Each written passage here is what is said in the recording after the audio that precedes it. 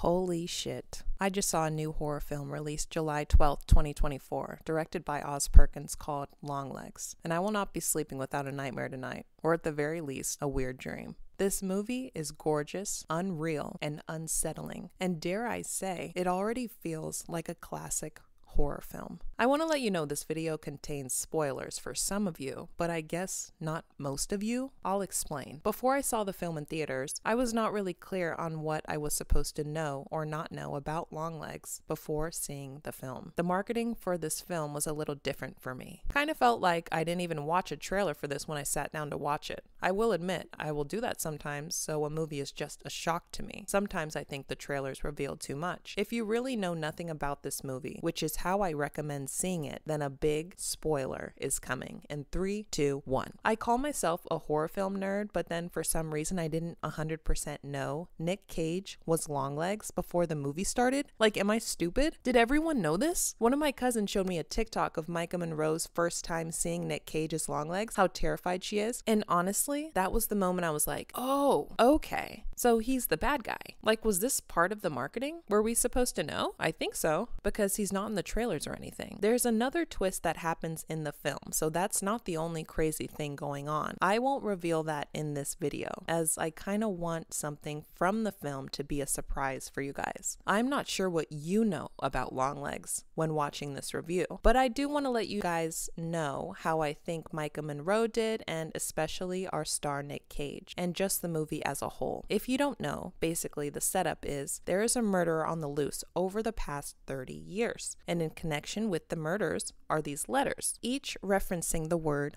Longlegs. The movie is filmed so well. It's the first thing you notice. It's in the first shot. It puts you in this world that's inescapable. Our main character is Lee Harker, played by the fabulous Micah Monroe. I think she does great here. She kind of reminds me of her character in Watcher. She starts out the movie with this look and pretty much keeps it on the whole time because her character is kind of traumatized from something. Her character is hiding a secret even she is unsure about. She brings like a coolness to the characters. It's hard to explain. Just go watch her stuff. I like when she is stuck on screen, stuck in her own trauma and figuring out the clues in front of her. But then she gets a phone call or a knock at the door. Never quite normal. The movie itself is abnormal. And the reason why she is traumatized is absolutely obscene. There's some Silence of the Lambs shit going on for sure, and if you haven't seen that yet, please do before you watch this. At least that's what I suggest. It'll get you in the mindset if anything. Kiernan Shipka is in the film. I didn't know that till I saw her on the screen. She plays a really fucked up character.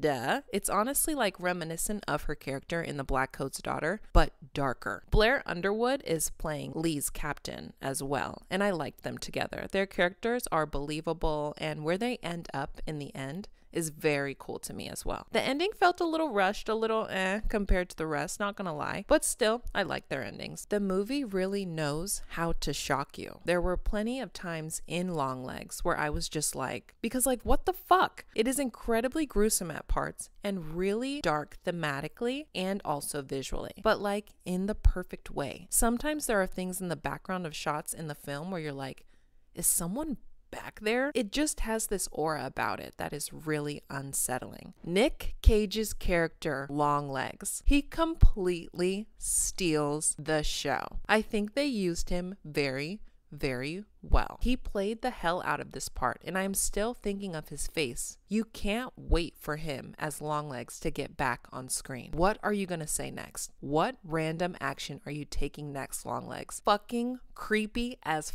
fuck. His hair, his teeth, shit, his fucking outfits. Unsettling. Now, like I said earlier, I want to kind of keep this review spoiler free, at least for that last twist. I won't lie. Once Nick Cage is no longer on screen, you won't care about the next twist. It doesn't compare to this. One day I will come on here and do a detailed recap of this crazy horror film, as I like to normally do. I didn't want to come on here and give anything half-ass, but there was no way I could just go see Longlegs last night and have that be the end of that. Plus, holy shit, there's a lot going on that's actually revealed, and I gotta make sure all my facts are straight. Mesmerizing and unforgettable, 100%. The first shot of the movie had me tripping balls, and I will be thinking about its plot and characters for a while. The scariest movie of the decade? I am not sure. It is scary, do not get me wrong, and don't bring any children to this or anything, but I gotta see Heretic first.